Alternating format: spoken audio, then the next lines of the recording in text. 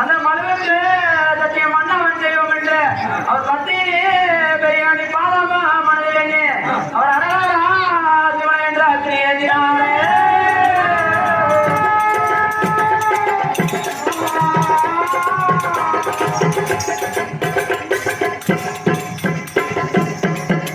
அவர் சத்தியம் செய்தாரே